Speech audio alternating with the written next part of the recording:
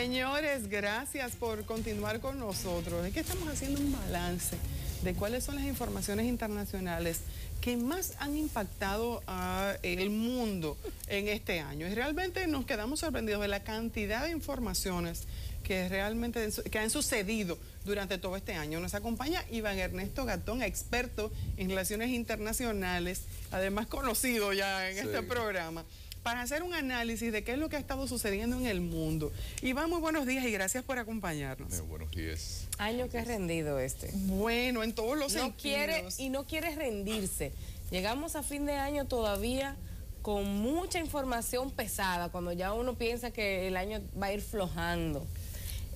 Yo creo que podríamos iniciar haciendo tal vez una selección de los personajes y hechos que han marcado el 2014, para a partir de ahí ya ir entrando en detalles. Bueno, los principales protagonistas de este año siguen siendo el Papa Francisco, el presidente de Estados Unidos, Barack Obama, y Vladimir Putin, y también Xi Jinping, el presidente chino, quien ha decidido cambiar un poco la política diplomática del Weiquao y hacer que China siga en la ola encabezándola. Desde los tiempos de Deng Xiaoping se había hablado de que China debía llevar una política diplomática en la cual no necesariamente encabezara, pero que estuviera en la ola.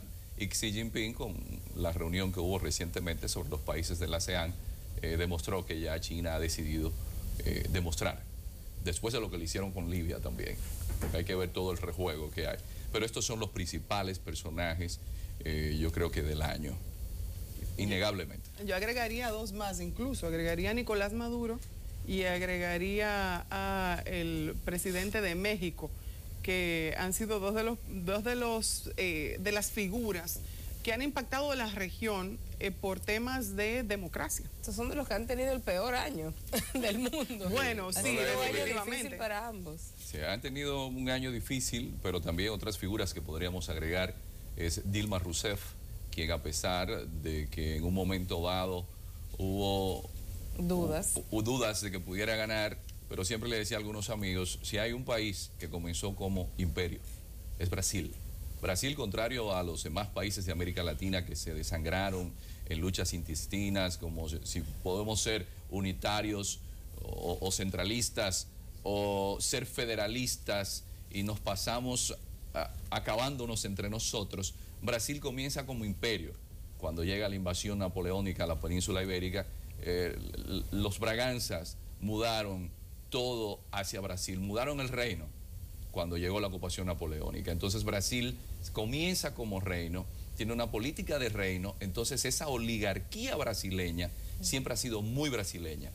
Y no era cierto que una Dilma Rousseff, que tenía bien asentado todo en el poder, el PT, iban a inventar, haciendo que Dilma saliera del poder. Y es importante porque Dilma también ha tenido una actitud que demuestra los cambios que ha tenido el mundo. Es decir, es una Dilma Rousseff que al descubrir que se le estaba interviniendo su teléfono, decide no asistir a una visita oficial que ya Washington le había previsto, pero que también se habían robado informaciones sobre Petrobras. Es decir, es una mujer que viene de otra camada de movimientos de izquierdas también. Recordemos que estuvo presa 3 años. Y lo ha demostrado con la lucha contra la corrupción en este momento, que ha sido gran parte de, digamos, ha sido lo protagónico de este mandato. Es una mujer que ha demostrado cuán eficaces pueden ser las mujeres, que son muy subestimadas y que han tenido el periodo de independencia más largo de la historia de la humanidad. También otra mujer que ha sido importante es Michelle Bachelet en Chile, quien Angela Merkel también en Alemania. Bueno, Angela Merkel también es que ha sido extraordinaria en el desarrollo y que Iván ha consolidado a Alemania como uno de los países más fuertes en su economía en todo el planeta. Sí, pero Alemania tiene otras connotaciones en términos políticos. Si algo aprendieron los alemanes a partir de la Segunda Guerra Mundial es tener un policentrismo del poder donde existan balances y que también lo que es el estado social bienestar surge en Alemania con Otto von Bismarck. Es decir, que en el año 1871 los alemanes se dieron cuenta que que tener solamente a una pequeña élite viviendo bien y la gran mayoría viviendo mal, esto no era simplemente injusticia, eso era provocación. Por eso es que Alemania sigue siendo un país seguro. Tenemos un pequeño retraso. Sí, sí. Pequeño retraso. Otra noticia importante y que lleva a reflexión de que no necesariamente se necesita un PhD para ser presidente, ni tener el cerebro muy bien amueblado en términos de conocimientos filosóficos, teóricos, es el de Evo Morales. Evo Morales gana con más de un 60%, pero también pero tiene una conexión con su población, habla su idioma. Pero no solamente habla el idioma. No solamente literalmente, sino en lo figurativo. Y lo ha hecho bien. Y no es que solamente habla el idioma, es que de ser Bolivia, después de Haití, el país más pobre de América Latina, Evo lo ubica en el país con mayor reserva de dólares de América Latina y va a prestar dinero ahora. Eso dice que para gobernar se necesita más sentido común que y buenos asesores. Para gobernar, más que ser un intelectual con doctorado en Harvard o en Columbia, se necesita tener alfabetización humana. Y eso es lo que Evo ha demostrado, que no es un analfabeto social. Y la mayoría de la gente que hemos visto en el poder, llega al engolosinamiento narcisista de creer que es una casta la que sí siempre debe disfrutar de las mieles del poder. Sí. Y el pueblo es lo último que se menciona. Entonces, en el caso de Evo, desde que llega al gobierno, le trajo serios problemas al grupo del ALBA, porque Evo se opuso inmediato a los arreglos que habían hecho con Petrobras y le dijo a Lula, Lula, yo no puedo aceptar que ustedes le paguen a Bolivia lo que le pagan por el gas. Demasiado barato.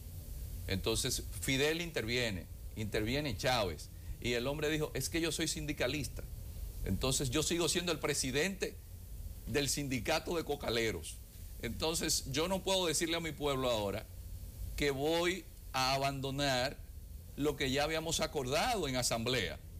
Y eso le trajo un problema tan grande que hubo una cumbre en Santa Cruz de la Sierra y Kirchner no fue porque le aumentó también el precio del gas a Argentina. ¿Pero qué hizo con este dinero? Lo fue invirtiendo en educación, lo fue invirtiendo en salud. Y gente que tenían en Bolivia ya 500 años de marginalización, ¿qué hizo Evo? Los puso a participar en el gobierno y la gente se burlaba porque veíamos a David Choquehuanca como canciller, pero ha sido un excelente canciller. Pero no es egresado de una universidad europea. Es que en la política se requiere el más difícil de los sentidos, que es el sentido común. Entonces la gente se deja rodear por galopines, truchimanes, por no decir otros términos que pudieran sonar un poco despectivos, sí. Y no tienen el sentido común de entender que el poder más grande radica en esa gente que le dieron la oportunidad a usted de gobernar para ellos. Iván Ernesto, yo viendo los actores más importantes, sobre todo en la región, el tema común es el tema corrupción. Si nos vamos a Venezuela, con el presidente Nicolás Maduro, el tema corrupción ha estado dentro de las protestas, que han sido de las más importantes sucedidas durante el año, ha estado presente. Si nos vamos por Brasil, el tema corrupción también ha estado muy presente. Si nos vamos a México, la misma situación. Argentina, América Latina, el tema corrupción ha sido uno de los aspectos más tocados. Si miramos hacia el 2015, ¿qué tan importantes han sido las protestas que en este sentido se han dado en este año para el combate efectivo a la corrupción hacia el año próximo? Transparencia Internacional dice que el país más corrupto del mundo es China. Y en China fusilan al corrupto. No solamente que lo fusilan, sino que la familia debe pagar el importe por el cual lo que se gastó en el tiro que se le da a la persona con el AK-47. Sí. Y es China, es decir, el país más corrupto del planeta, según Transparencia Internacional. Si uno estudia todos los que han sido los gobiernos hasta que se crea esa concepción de estados modernos, a partir del Renacimiento con Maquiavelo y los primeros 4 estados nacionales que fueron Francia, Inglaterra, España y Portugal, siempre ha estado presente. Los seres humanos se debilitan ante los bienes materiales. Y cuando hablamos de corrupción en América Latina, Los políticos españoles, nosotros somos lactantes al lado de ellos. Es decir, nosotros somos niños recién nacidos. Ha sido una gran causa de debate, protesta y de surgimiento de un movimiento como Podemos, que es toda una novedad, ¿verdad?, en el mundo político europeo. Es bueno que les diga que el movimiento Podemos, el principal asesor de Iglesias, fue asesor de Chávez. Y son de la gente que se dieron cuenta que la clase política a nivel mundial, porque recordemos, en Estados Unidos se le quitó el dinero al pueblo para dárselo a Wall Street, y después fíjense lo que le hicieron a Obama. Le financiaron el Tea Party para que perdiera mayoría en el Congreso, porque Obama dijo, señores, pero si el pueblo los ha ayudado para que ustedes se recompongan en términos económicos, y ahora ustedes no quieren ni siquiera bajar las tasas de intereses, no quieren ayudar. Es que la corrupción forma parte de la civilización actual, sobre todo en esta civilización actual que vive de la euforia, que se demuestra por el consumo de drogas, que se comprueba por lo insaciable del ser humano en obtener bienes materiales. No hay forma de que esto pueda mantenerse si no es abusando de los recursos que puedan estar disponibles, no solamente desde el Estado, porque hay que tener cuidado. Se habla de corrupción en el sector público, pero en el sector público hay a quien reclamar. Pero en el sector privado difícilmente usted pueda conseguir quien sea el culpable que usted pueda condenar, y es hasta mayor. Enganchando con la pregunta de Elisa, este resurgir de la ciudadanía como ente que protesta, que se manifiesta en contra de esta corrupción, ¿lo ves crecer el próximo año? No, lo que sucede es que tenemos medios de comunicación, entonces no es lo mismo cuando usted anda en un motoconcho, que su pelo, usted que estuvo en el salón ayer, se ve ya maltratado, cuando usted ve a unos cuantos funcionarios o a unos cuantos empresarios que no pagan impuestos, que están viviendo muy bien. Es decir, cuando usted tiene esa ostentación, porque el problema es lo chillona de la ostentación, sí. Ese es el gran inconveniente. La gente se da cuenta que algo se está moviendo. Y que no le está tocando. Y que no le está tocando. Y se supone que el Estado es para todo, porque se supone que un país es como una casa, y en esa casa no puede ser que algunos reciban y otros no. Todo esto va a seguir en aumento. De hecho, uno de los principales desafíos que tiene la humanidad en estos momentos es la equidad. Porque es que los medios de comunicación permiten que la gente tenga más conciencia, no importa dónde. Iván, con tu conocimiento, todos estos movimientos que se están dando en el mundo, para seguir con el tema internacional de la corrupción, todos estos movimientos que se están dando en el mundo, ¿cómo en República Dominicana podemos tal vez o aprovechar, o eso se reflejará en algún momento, esa ola de movimientos hacia la República Dominicana, donde tenemos una corrupción y una impunidad que a veces uno dice, bueno, esto es así, o sea, esta dinámica nunca va a pasar? ¿Cómo tú ves que se... Mire, no hay peor desgracia que la que mortifica a uno porque sabe que podría suceder. Con esto no se puede jugar. Los grandes quiebres políticos que se han dado en el mundo, y muy especialmente en América Latina, ha sido por esa corrupción que las élites gobernantes pensaron que nunca los iban a poder quitar de allí. Y es el caso de Venezuela. Y uno puede decir, bueno, el régimen chavista no se está manejando bien, pero ¿cuántos años tienen? ¿Cuántos años duraron Adecos y Copellanos? Entonces, en eso hay que tener cuidado. Se ha estado abusando. Mientras sigue existiendo la impunidad, eso va a ser un serio desafío para las clases políticas. Y tarde o temprano va a venir un quiebre, y los quiebres siempre son traumáticos, muy traumáticos. Y entiendo que ha llegado el momento, existe el momento oportuno de comenzar a trabajar en esa dirección. Cada generación tiene un compromiso, y yo creo que la generación que está ahora influyendo debe tratar de que esa corrupción no se mantenga impune, pero tenemos que revisarnos todos, porque hablamos de corrupción y es como si habláramos de extranjeros o de ovnis. No, los corruptos somos nosotros, son nuestros familiares, son nuestros vecinos. La corrupción tiene muchas formas de manifestación. ¿Y hasta qué punto nosotros aupamos esa corrupción? Que viene dada por los valores también. Hay que ver que esta es una sociedad que ya no son los valores de que usted es una persona honesta, seria. No, es una persona que anda bien montada. Es un niño del Capotillo con 4 años que ayer me dice, tengo tenis de tal marca. Y el papá le pregunta al papá, dile a él y confirma que yo tengo tenis de tal marca, con 4 años. Entonces, son los valores que se están dando en la sociedad y por eso es que tiene que haber cierta impunidad, porque todos de una forma u otra somos cómplices.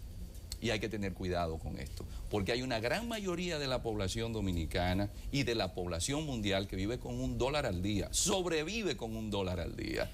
Pero nos movemos hacia una sociedad en la que el combate a la corrupción sea la norma y le convenga a los políticos. Yo quisiera que tú me respondieras eso, pero tenemos que irnos a la pausa y enseguida volvemos.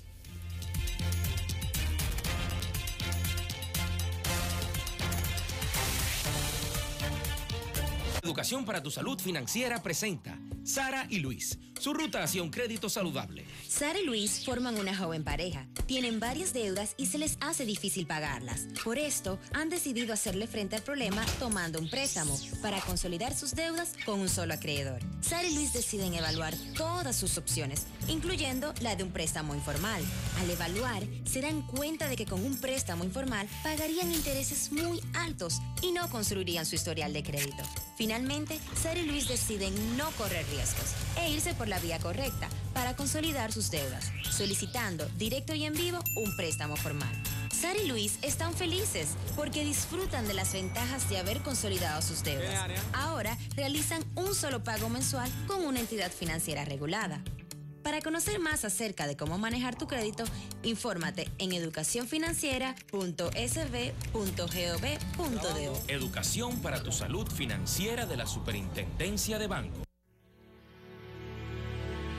Tenemos un país maravilloso y cada vez mejor comunicado.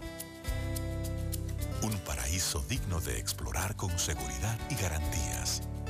Cientos de kilómetros de modernas carreteras, puentes y autopistas en constante expansión y desarrollo y con asistencia y protección vial permanentes invitan a vivir la experiencia. Disfrutar esta tierra bendita en toda su extensión y regresar feliz a casa no tiene precio. Un logro que merece el apoyo de todos. Ministerio de Obras Públicas y Comunicaciones. Manos a la obra. El país lleva más de 100 años de crisis eléctrica. El gobierno, decidido, ha puesto en marcha un plan integral de 3 ejes para dar una respuesta definitiva, produciendo más energía a bajo costo, modificando la matriz energética, reduciendo las pérdidas y realizando una eficiente gestión. Hacerlo con responsabilidad, transparencia y calidad requiere tiempo. La espera dará frutos, logrando eliminar el obstáculo que frena el desarrollo del país. Corporación Dominicana de Empresas Eléctricas Estatales, CDEE, hacia la solución definitiva.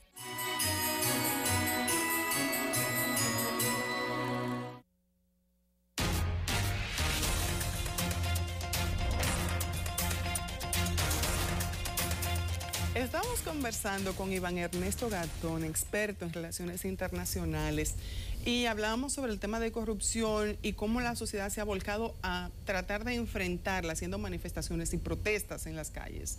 Y también debatíamos sobre si interesa a los políticos ahora mismo, en este contexto, tal vez un poco enfrentar la corrupción. ¿Vemos un 2014 en el que esa debe ser la norma? ¿Un 2015 en el que esa debe ser la norma? ¿Por la presión social que ejerce en los políticos el combate efectivo a la corrupción? Sí, lo que pasa es que la ciudadanía se ha dado cuenta de que tiene que actuar en esa dirección. De hecho, cuando se comienza toda la conformación del pensamiento político en la antigua Grecia, en la época de Pericles, la gente se juntaba en el ágora. Ya las reformas que se habían hecho en toda Grecia habían permitido que Pericles comenzara lo que se conoce como democracia. Entonces en esa reunión se reunía todo el pueblo y había gente que decidía no ir al ágora y a esa gente se le llamaba idiota. De ahí viene el término idiota, porque idiota es todo aquel que no participa en política, porque al final del camino su vida va a estar marcada por lo que digan los políticos. Entonces ya la gente no está como en ese nivel de idiotez, porque saben que es de mi dinero que ellos están viviendo. Entonces hay que ser más serio en ese sentido y entender, como decía el presidente Mujica de Uruguay, que no se puede tener a gente que le gusta el dinero en política, porque eso sí es nocivo. Porque la política necesita de una vocación. La política requiere de algo fundamental, que es verse reflejado en el otro.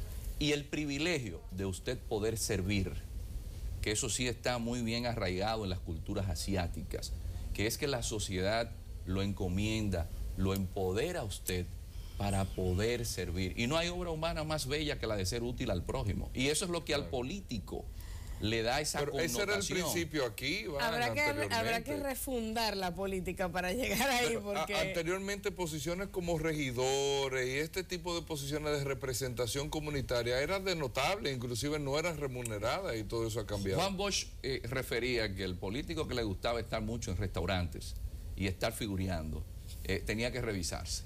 No puede ser, Juan Bosch, el del PLD. Juan Bosch refería a eso. Entonces, hay restaurantes que cierran si los pues políticos no lo escucharon entonces. Porque es que, señores, los políticos deben ser gente con utopía. Porque las utopías son las que permiten los cambios de las sociedades. Y esto es lo que nos falta. Nos hemos quedado sin base. La política se ha quedado como un cascarón vacío. Entonces hay que de nuevo entrar esos ideales. Y van a seguir las presiones, Elisa, porque no es posible que pueda existir tanta ostentación de recursos cuando la gran mayoría está viviendo en una marginalidad. Pero los dos políticos, o sea, los políticos no tienen que ir muy lejos, tienen ejemplos muy cercanos de cómo ese tipo de política funciona. Y tú mencionabas el caso de Evo Morales, yo agregaría a Mujica, que son dos casos que un político regional, por no decirte nada más dominicano, un político regional pudiera ver como ejemplos ahí y de buena, como una buena acción política puede llevar a un beneficio particular en el Correa también, de presentarse a las que elecciones. Lo ha hecho bien. Sí, pero ahí yo tengo pero Correa vivió en la Amazonía. Correa vivió en la Amazonía también y estudió en Estados Unidos, estudió en Europa. Pero son gente que pueden hacer los contrastes, es decir, es un Evo Morales que bebía agua de una piscina en Cuba porque quería conocer a Fidel y nadie lo conocía. Es un Evo Morales que vivía en la intemperie. Es decir, es un Mujica que duró más de 12 años preso y en solitaria y que tiene otro nivel de conciencia social. Pero tampoco hay que llegar a los extremos para tener cierto nivel de conciencia social, porque Mujica está vivo de casualidad. Lo importante es que la gente pueda hacer conciencia crítica. Además, la existencia del ser humano puede ser llevada por una casualidad trágica o una torpe enfermedad, y entonces hay que hacer de la vida algo que valga la pena, aunque sea el paso, el discurrir nuestro por acá. Y los políticos son los que tienen esa gran oportunidad de demostrar a la población de que pueden hacer las transformaciones sociales. Y estamos en ese punto, porque es que el planeta tiene urgencias ahora mismo, que no hay forma de prorrogarlas. Iván, uno de esos temas que ha afectado a nivel planetario ha sido el de la variación de los precios del petróleo, que muchos atribuyen a un trasfondo político de Occidente querer darle un frenazo a Putin. ¿Cómo tú analizas lo que ha pasado en los últimos meses con esa caída de los precios del petróleo y cómo recompone un poco las fuerzas en el tablero mundial? Bueno, el tablero mundial es una palabra que hay que siempre tenerla en cuenta. Y es por lo siguiente. Lo de la caída de los precios del petróleo está inminentemente ligada a una Rusia que el 70% de sus ingresos provienen de las ventas de gas, de la venta de combustible. Pero hay que verla dentro del contexto de Crimea. Vemos una Crimea que fue la que provocó la guerra de Crimea del siglo XIX, en lo que se denominaba como el Gran Juego, que era el momento en el cual el Reino Unido tenía una gran influencia alrededor del planeta, buscaba todo el dominio de la zona del Mar Negro, y por esta razón es que por esa guerra de Crimea, los rusos, que por Jonas Bering, es decir, el estrecho de Bering, cuando comienzan la expansión los rusos, porque solamente podían salir por la zona del Báltico, es decir, Estonia, Letonia, Lituania, y buscan salir por otro lado, llegan a Alaska. Y Alaska era posesión rusa. Sí. Por esa guerra de Crimea, los rusos, que se habían quedado sin dinero para la guerra, le venden a los americanos Alaska, que tiene 1 millón de kilómetros cuadrados, pero es hielo. Y quien compra Alaska es William Seymour, que era el secretario de Estado, es decir, el canciller americano en aquella época. Ese William Seymour fue el primer secretario de Estado americano que vino aquí al país en el gobierno de Baez en el año 1866, para que ustedes vean cómo ese tablero mundial nunca ha dejado de moverse, de cómo los intereses van interactuando. Y esa guerra de Crimea que provocó que los rusos, que decían, bueno, Canadá es de Inglaterra, pero nos pueden entrar por Alaska, porque lo que divide Alaska de Rusia son 90 kilómetros, y venden Alaska. Fíjense ustedes cómo desde el siglo XIX al siglo XXI se ven reflejados los intereses geopolíticos. El problema es que Europa cometió un error con la independencia de Kosovo, y es tomar el principio de autodeterminación. Y si con Kosovo hubo principio de autodeterminación, error en el cual no cayó la Cancillería española, que no reconoció a Kosovo, pues entonces Crimea también puede llegar al principio de la autodeterminación. Lo que vemos es una recomposición en términos geopolíticos. Pero aquí hay un elemento, aparte de las sanciones de Europa y de Estados Unidos, y es que Arabia Saudita siempre estuvo detrás de la caída de Bashar al-Assad. Pero ¿quién mantuvo a Bashar al-Assad? Los mantuvieron los rusos, porque la única base militar que tienen los rusos fuera de ese gran territorio, que es el más grande del planeta ruso, está en Tartus, en Siria, y ellos no pueden darse el lujo que una salida al mar Mediterráneo, a toda esa zona, esté tomada por un grupo que mañana no le permita a ellos tener acceso. Además, por ahí van muchas rutas de gasoductos, porque hay que ver las rutas de gasoductos que van a salir desde el mar Caspio, que es un lago que tiene más de 600.000 kilómetros cuadrados y que se lo dividen en toda esa zona. Pero lo importante en todo esto es que Arabia Saudita aumenta su producción petrolera, las condiciones económicas de Rusia no son iguales, pero no es solamente Rusia quien se ve afectada Venezuela, y se ve afectado Ecuador, porque un precio del petróleo que en apenas 5 meses ha bajado más de un 40%, esos países que dependen del mismo no van a estar... Principalmente Venezuela, Iván, que se ha desestabilizado. ¿Es sostenible mantener esa presión a la baja? No, lo pueden mantener. La gente habla del fracking o el gas de esquisto, pero la realidad es que si Arabia Saudita baja su producción, los precios del petróleo tienen que subir. Pero esto es un castigo de Arabia Saudita a Irán también, porque son enemigos por las diferencias entre chiitas y sunitas, que es el problema más largo que ha tenido la historia de la humanidad y que terminará cuando los seres humanos llegue el apocalipsis y nos elimine a todos, porque ahí eso es lo que se llama en filosofía una aporía, una contradicción insoluble. No hay forma en unir a chiitas y sunitas. ¿Pasará lo mismo con Israel y Palestina? Que este año también vimos llegar a niveles dramáticos ese conflicto. Bueno, quizás siempre refiero, a veces los grandes expertos internacionales y los centros de pensamientos creen que todo el mundo debe tener un doctorado para entender asuntos que son tan obvios que no es necesario. Si vemos el mapa de Israel y de Palestina, cuando se emite la resolución 181 que permite la creación del Estado de Israel, hemos visto que todo lo que pertenecía a los palestinos se ha convertido en una piel de zapa.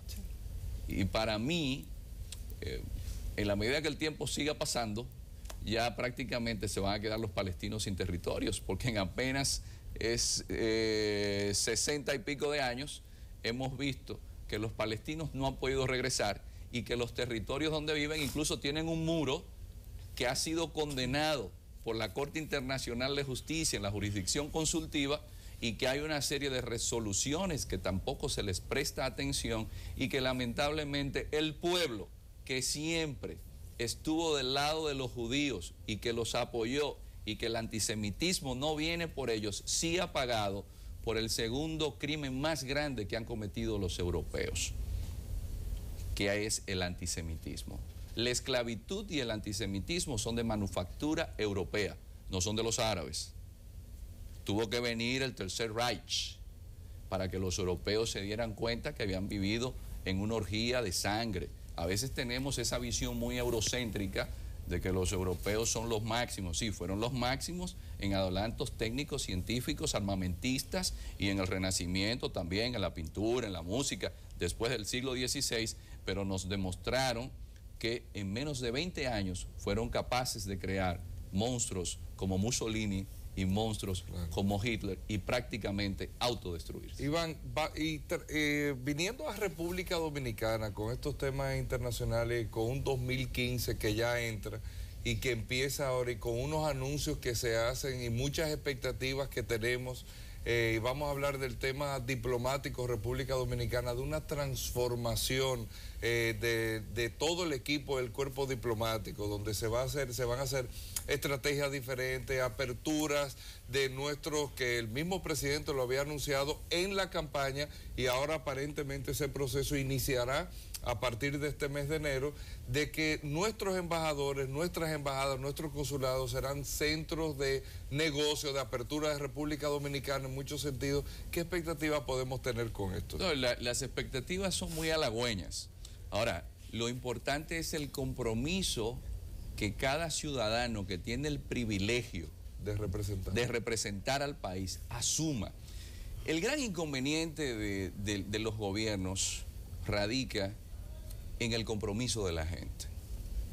Entonces no hay forma de que un país adelante cuando todo el mundo esté esperando que sea el ministro el que haga el trabajo. Y cuando usted está en una apartada embajada o un apartado consulado y usted no brinda el servicio que debe ofrecer. Entonces lo que hay que ver es hasta dónde cada uno de nosotros, los dominicanos, asumimos que ese Estado es nuestro y que debemos trabajar por él, porque las políticas están ahí, los lineamientos están allí. Siempre han estado. Siempre han estado. Ahora, ¿cuál es la disciplina nuestra para hacer el trabajo? ¿Cuál es el compromiso de nosotros con el país? Por eso refería que hacen falta utopías. Se necesita gente que sueñe con un país mejor, no gente que esté soñando con un salario mejor. Que lo vea como un botín para enriquecerse. Claro. O su ración de boa. Hay gente que ve en el Estado donde yo tengo que ir y a los 4 años yo tengo que resolver. Y las presiones vienen también del ámbito familiar. No del entorno completo. Todo el entorno completo comienza a presionar. Y no se puede hacer acumulación originaria en 4 años. Si hay algo difícil de usted poder hacer en esta vida, es dinero. Sí. A menos que usted sea segunda, tercera generación. Exacto. Estados Unidos, y yo quiero volver sobre el tema del petróleo, Estados Unidos es nuestro principal socio comercial. Dicen que es precisamente Estados Unidos el que está, Occidente, es el que está presionando para una baja en el precio del petróleo. Siendo Estados Unidos también productor de petróleo, ¿cómo se puede revertir esa política que al parecer estaría ejerciendo para presionar a la baja el tema del petróleo? Usted sabe que Estados Unidos hace tiempo que su petróleo lo tiene en reservas, en Alaska, y los que tienen en la zona de Texas. Ahora, Estados Unidos, la mayor parte del petróleo que consume es de Venezuela. Venezuela tiene empleados más de 100.000 estadounidenses. Por eso siempre la retórica política, uno tiene que verla con sus pinzas, tiene que sacarla, porque nunca han roto sus relaciones. Entonces Estados Unidos sí le conviene, porque hay un asunto de realpolitik. A Estados Unidos ya, a pesar de que sea contaminante el fracking, a Estados Unidos sí le conviene que se vaya a otro tipo de energía. ¿Por qué? Porque el Medio Oriente les resulta muy difícil. Sí. Es decir, si yo tengo una tecnología, y aquí está el punto luminoso de Obama, que es que va a dejar a Estados Unidos energéticamente autosuficiente.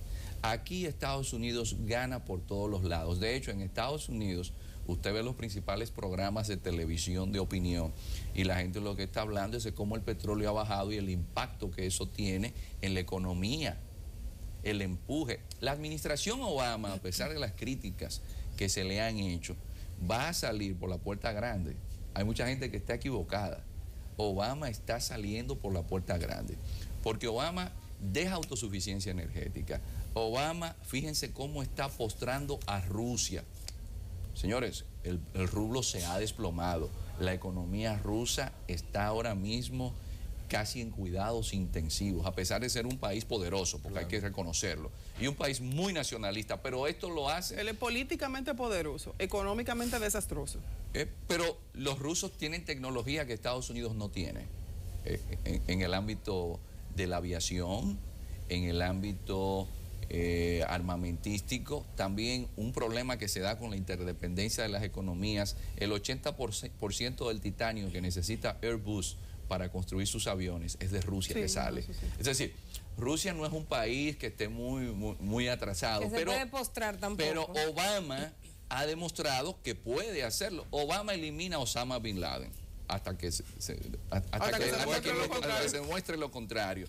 Obama es el hombre que estamos viendo con una política con relación al terrorismo mucho más amplia. Obama es el hombre que restablece vínculos con Cuba. Es decir, Obama está siendo luminoso. Es decir, cuando Obama salga de allí, ustedes verán que la historia lo va a juzgar y va a ser diferente. Pero Estados Unidos, evidentemente, los imperios no se manejan inaugurándolo cada 4 años. Los imperios tienen una línea de acción en el largo plazo. Y Estados Unidos, sus centros de pensamientos ya identificaron que lo importante era hacer que el petróleo se vaya a la baja. Nada dentro de Estados Unidos se hace improvisando.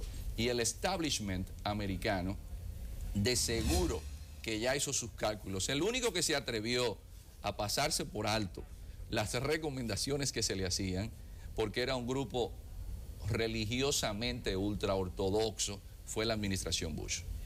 ¿Qué posición juega el gas natural en todo esto? Bueno, el gas natural, recordemos que Rusia tiene la mayor reserva de gas natural del planeta, le siguen grandes reservas de gas natural en Bolivia, también en Venezuela. Es decir, todo esto afecta a países que están ahora mismo opuestos a Estados Unidos. Pero evidentemente que no es casual. Que no es casual. Iván, todo esto está debidamente monitoreado. Tenemos que hacer una pausa y entonces entramos ahora con el tema, creo que internacional, que más nos debe de preocupar y que más ojos le tenemos que poner, que es el tema haitiano, que es un país y es un tema internacional. Lo vamos a tocar cuando regresemos después de la pausa.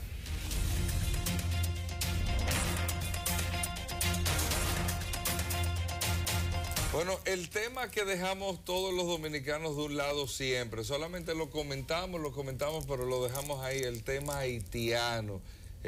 Yo, Iván, con mucha preocupación ahora que lo que va a pasar en estas semanas con Haití, con este tema de que no hay un cambio, no hay una organización. Pero me gustaría, con tu conocimiento, Iván, ¿qué estaría pasando en Haití, a tu entender, con esta situación que se está viviendo y que nos afecta? No es como nos afecta, no, es que nos afecta de manera directa a la República Dominicana. Debido a las investigaciones que los que nos dedicamos a impartir docencia debemos hacer, me tocó visitar al expresidente Jean-Bertrand Aristide.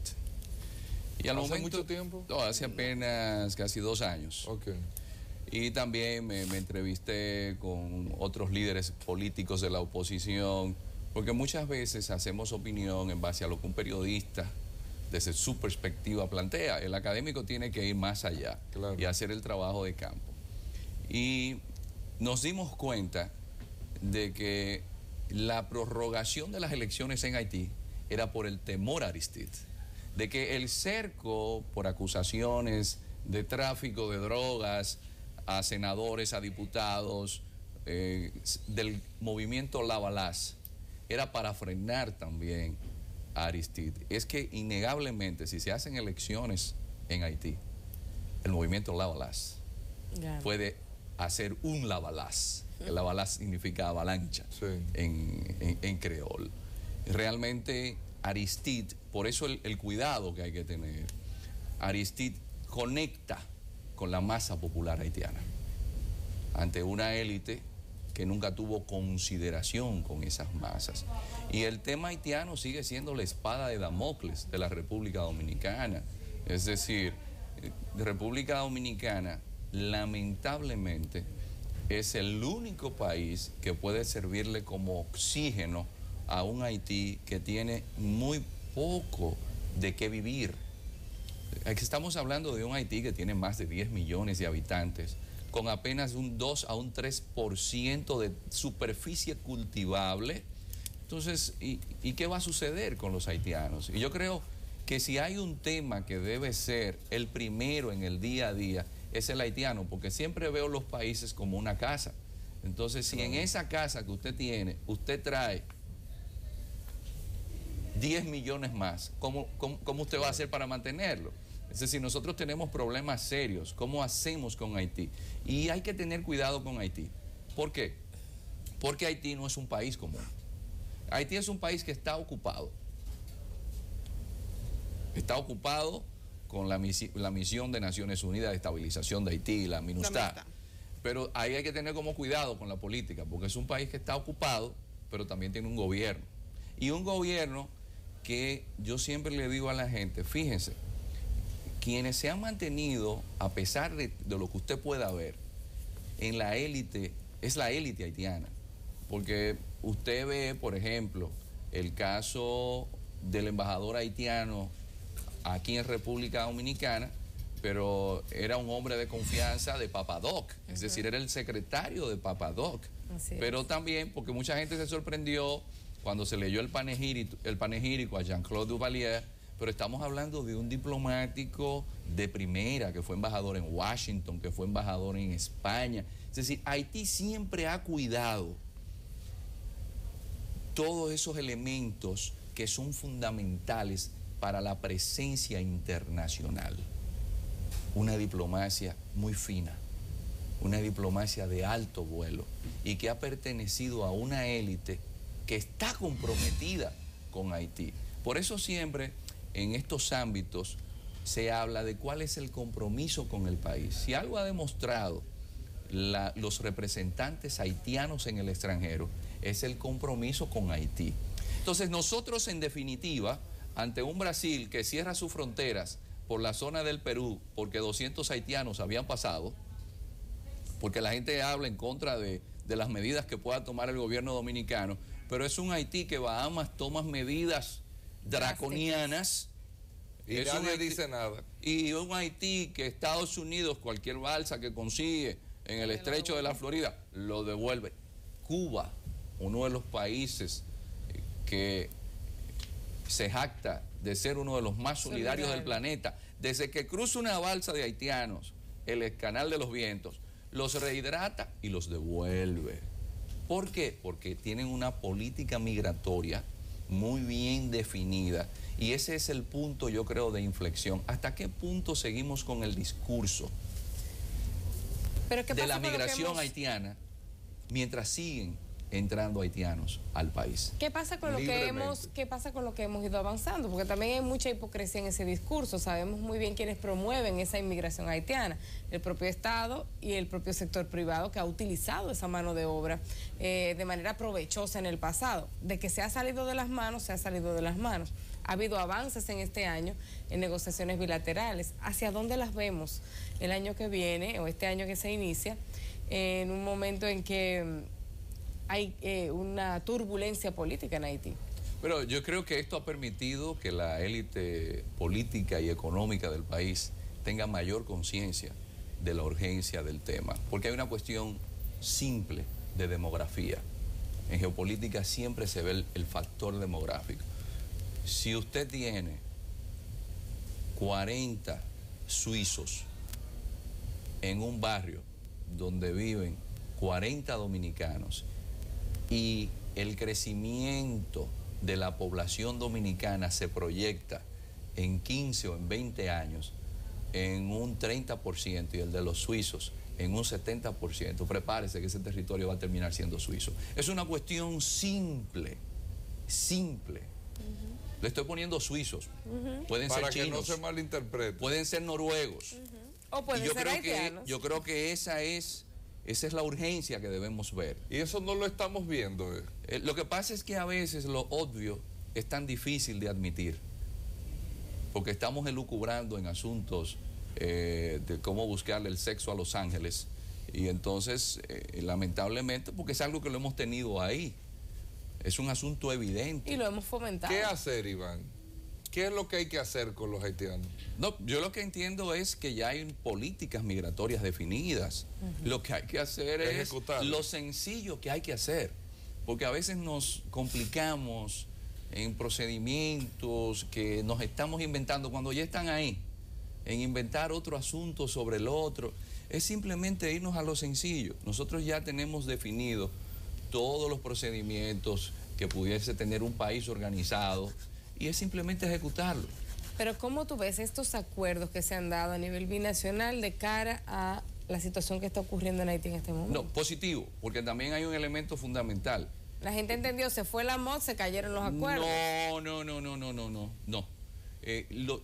Nosotros como país dependemos mucho de Haití en cuanto a exportaciones. Es decir, nosotros exportamos más de $2.000 millones a Haití. Toda la frontera se mantiene por Haití. Gran parte del negocio de las varillas, la construcción, también la construcción de carreteras, etcétera. Haití depende en gran medida de nosotros. Y alimentos. Es decir, nosotros tenemos que ver a Haití desde una perspectiva desapasionada. Claro. En términos comerciales, es un socio fundamental para nosotros. Lo que sí requiere el Estado dominicano y lo que sí ha requerido el Estado dominicano y la élite empresarial es ambos tener una visión común de destino. Hasta dónde los intereses del Estado y de los empresarios se pueden conjugar de manera tal que podamos tener una política coherente, coherente con Haití. Claro. Hemos visto una desestabilización interna de Haití. La hemos visto creciendo en los últimos días de 2014 y va a permanecer durante por lo menos las primeras semanas del 2015. Esta situación que se ha estado dando durante este tiempo, entiendo que podría marcar lo que podría ser de enero en adelante, de mitad de enero en adelante, esas conversaciones gobierno a gobierno, República Dominicana y Haití. Con un país que está desestabilizado políticamente, ¿cómo se pueden trabajar acuerdos que son fundamentales para los dos países? Pareciera que no hay con quién.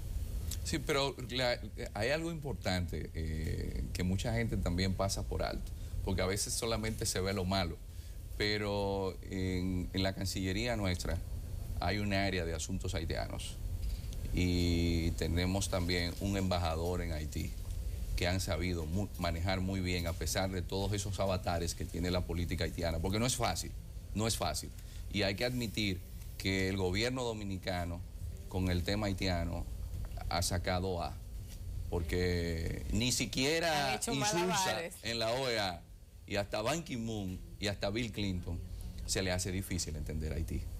Es decir, dentro de las complejidades de unas relaciones que han sido antagónicas en ocasiones, manejarse con Haití, hay que reconocerle a las autoridades que hasta el momento han podido hacer el trabajo. Iván, o sea, vamos a tal vez no a fantasear, pero a proyectar. ¿En qué terminará Haití con toda esta situación? La decisión la tiene las potencias. Pero se puede ver a Haití como un país que puede renacer que pueda resurgir otra vez, que se pueda levantar? ¿Tiene esa posibilidad? Lo que pasa es que a mí se me hace un poco cuesta arriba pensar que los principales países que sí tienen influencia, en vez de invertir en ayuda al desarrollo en Haití, invierten más por cada soldado de la MINUSTAH. Entonces, a mí esos números como que se me hacen un poco difícil, porque invertir $2.000 por cada soldado de la MINUSTAH y no tomar ese dinero para que Haití desarrolle su industria turística, para que Haití desarrolle su agricultura, para que Haití tenga un mejor servicio sanitario, entonces ahí entramos en el complejo militar industrial. Porque siempre uno está haciendo como los números, hasta qué punto realmente se quiere ayudar, o es mantener allí el dominio. No, y también algo que Juan Bosch también preconizaba desde los años 60, es el complejo militar industrial. Cómo usted lo mantiene engrasado. Claro. Y se mantiene engrasado en una misión de pacificación. Las misiones de pacificación vienen a entrar dentro de ese marco, que son los rejuegos que se dan a nivel mundial. A mí se me hace muy difícil, porque yo digo, ven acá, ¿y dónde está realmente esa ayuda que se está dando? Es una ayuda que va en el largo plazo. No se ve tan fácil. Tenemos que hacer una pausa, Iván. Y ya para finalizar, cuando regresemos de la misma, me gustaría saber, con toda esta situación mundial complicada, un Estados Unidos con problemas internos importantes, con temas de racismo que hacía tiempo que no se veían, con una Europa que está definitivamente convulsionada con muchos temas, sobre todo con una Rusia que todavía está en conflicto, el tema Kiev todavía está pendiente, con un Medio Oriente que también tiene sus situaciones, con una región que también tiene sus dificultades. ¿Qué vemos hacia el 2015? Tenemos que hacer una pequeña pausa, pero enseguida regresamos.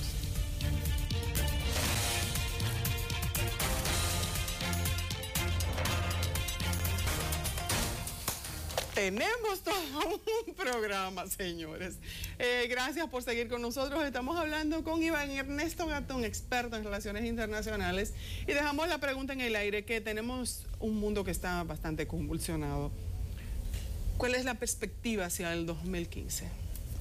La inminencia de una desgracia es peor que la desgracia misma. Ay, Dios mío. Sí, entonces el panorama mundial no pinta favorable. No es halagüeño. Tenemos una situación donde más del 20% de la economía mundial la manejan los grandes grupos mafiosos, que eso nunca se habla de esto.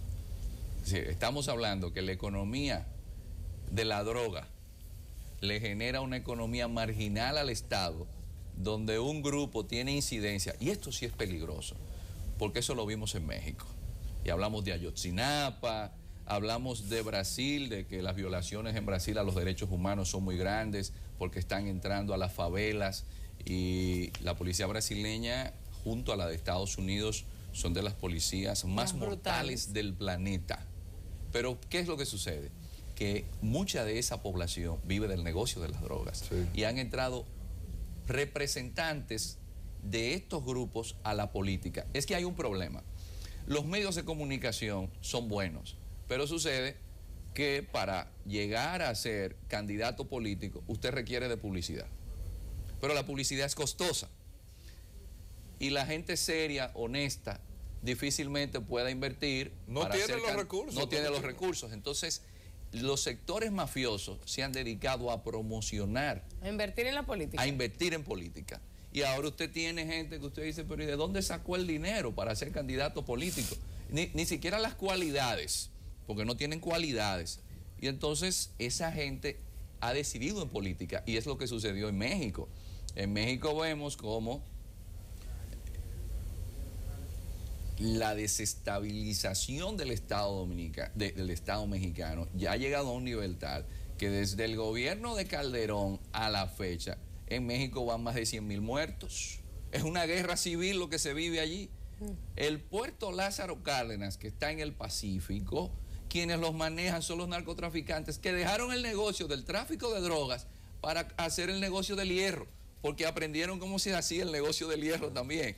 Entonces usted tiene ese gran porcentaje de la economía mundial, donde de cada dólar que produce la droga en todo el hemisferio occidental, 80 centavos se lavan en Estados Unidos. Porque Estados Unidos, y no es casualidad que se haya legalizado el uso de la cannabis sativa o marihuana en más de 16 estados, ese es su principal producto agrícola. Desplazó al maíz como producto agrícola y usted se encuentra en los Montes Apalaches, cultivos hidropónicos, se encuentra en California. Entonces, estos grupos ligados al negocio de las drogas son grupos mortales, donde le elevan el nivel de inseguridad, y ese es el segundo principal problema después de la corrupción, porque los estados están creados ¿para qué? Para proteger la vida de los ciudadanos, pero el negocio de las drogas genera violencia. Sí. La gente dice, no, que hay muchos atracos, que hay muchos robos. No, pero eso no es culpa de la pobreza simplemente. Es que hay una violencia generada por los vicios. De hecho, siempre refiero de que los árabes, en esa sabiduría antigua, dicen, a un enemigo no se le desea una maldición. Lo único que usted debe pedirle a Alá es que le dé un vicio. Porque con el vicio la gente pierde la salud, sí, y pierde los recursos que tiene. Entonces, el vicio de las drogas y esa economía de las drogas ha ido minando, ha hecho metástasis, ha fagocitado el planeta. Entonces, el desafío es mucho más grande. ¿Por qué? Porque estamos en una recomposición política. Hubo un seísmo en las placas tectónicas de la política mundial, donde Estados Unidos, de pasar en una etapa desde los 90, donde tuvo una hegemonía, por primera vez un solo imperio tiene hegemonía universal, y ahora vemos que otros actores, como se denominan a los BRICS, Brasil, Rusia, India, China, Sudáfrica, tienen incidencia. En esa recomposición pasa como la fábula de los toros que están peleando y dos ranas se ríen y dicen, mira qué bien están peleando, y le dice una tercera, oye, cuando los grandes pelean, siempre los chiquitos salimos perjudicados. Entonces estamos viendo a los grandes peleando por ver dónde yo voy a vender. Que Estados Unidos haya perdido a América Latina como lo ha perdido. Es decir, que Argentina, Brasil, Perú, Venezuela, su inclinación sea mayor relación comercial con un país que queda tan lejos como China. Hay una nueva reconfiguración. Que Europa ahora sea más pobre y que los europeos se encuentren en una situación ahora difícil, que incluso tengan un acrónimo como PIGS, que significa cerdo, países como Portugal, Italia, Grecia y España. Es decir, ya estamos viendo una reconfiguración de un tablero mundial que llama a preocupación, porque no hay algo peor, y eso se ha demostrado en la historia de la humanidad, cuando viene un cambio, porque los cambios dejan a todo el mundo absorto e incluso llevan a la parálisis. Y las decisiones que se toman en los gobiernos a veces no son las más acertadas, porque usted no sabe dónde usted tomar las medidas. Porque ¿quién iba a decir, por ejemplo, que en Perú iban a tener los chinos un puerto uniendo a la Amazonía con 2.000 kilómetros para que los chinos saquen materia prima desde la Amazonía? Es decir, que Brasil y Perú iban a estar de acuerdo. ¿Quién iba a decir que Japón se iba a encontrar en la situación en la que se encuentra económicamente? Sí. Y que ante la visita de los chinos por Sudamérica, Japón diga, pero sin el cobre, ¿cómo me hago? Porque sin el cobre no hay forma de que se pase la electricidad, no hay un bombillo en una casa. Entonces yo, Japón, me estoy quedando en el aire. Perdiendo protagonismo, que eso nadie lo veía venir. Será definitivamente entonces 2015 un año convulso de grandes decisiones y de continuación de estos cambios. El único equilibrio que nosotros estamos teniendo realmente de forma, digamos, moralmente, de una forma con autoridad moral, digámoslo así, en estos momentos, y es innegable, es el del Papa Francisco. Porque también está dando otros referentes, porque si de algo estamos vacíos en la actualidad es de humanidad. Es decir, tenemos una sociedad que está comunicada por internet, pero usted no conoce al vecino del frente de su casa. Tenemos una sociedad donde... O no habla con el que vive en su casa. Está cada uno en su teléfono. Sí. Tenemos una sociedad donde siguen muriendo más de 25,000 personas de hambre al día. Es decir, cada 5 segundos muere un niño de hambre al día. Pero la principal epidemia que tiene el planeta, aparte del hambre, es la obesidad. Es una sociedad de extremos. Sí. Es decir, la obesidad se ha convertido en un problema donde más de 25,000 personas mueren diariamente de hambre. Entonces, la civilización actual hay que revisarla. Hemos acabado con todo. El planeta Tierra, ahora mismo, la Pachamama, como dicen en Sudamérica, está gritando. Hemos cambiado incluso el clima, lo cual ha provocado que desde el Neolítico, es decir, desde que dejamos de ser nómadas y nos convertimos en sedentarios, desde el Neolítico, teníamos el mismo clima que nos permitía a nosotros prever cómo producir en la agricultura. Ya no. Ya en Japón se sorprenden de por qué la cosecha de cacao no llega el cacao en la fecha que llegaba anteriormente y tuvieron que explicarle, no, es el cambio climático. Ahora, ante ese cambio climático, ¿estamos nosotros preparados? ¿Están preparados los seres humanos? Estamos haciendo lo que hay que hacer. Y estamos nosotros ayudando porque siempre estamos esperando algo que venga, que alguien nos ayude, que venga del más allá. Sí. Pero sucede que el más allá nos dice que la fe son obras y los seres humanos estamos aquí para hacer algo. Cuando uno se muere, siempre recuerdo a Alejo Carpentier en El Reino de este Mundo, que decía que los seres humanos nos afanamos, trabajamos y esperamos por gente que nunca lo va a agradecer, pero es que el reino del hombre está en este mundo. En el cielo todo es jerarquía establecida. A San Pedro nadie le puede quitar su mandato allá.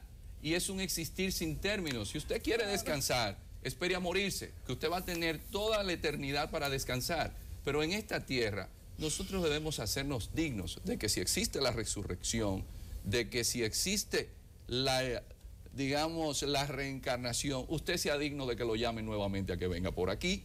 Pero de la forma en que estamos viviendo, que es depredadora, y que estamos haciendo nada, no solamente por las futuras generaciones, sino por nosotros mismos, los que vivimos en la actualidad, la civilización humana debe decirse que ha fracasado.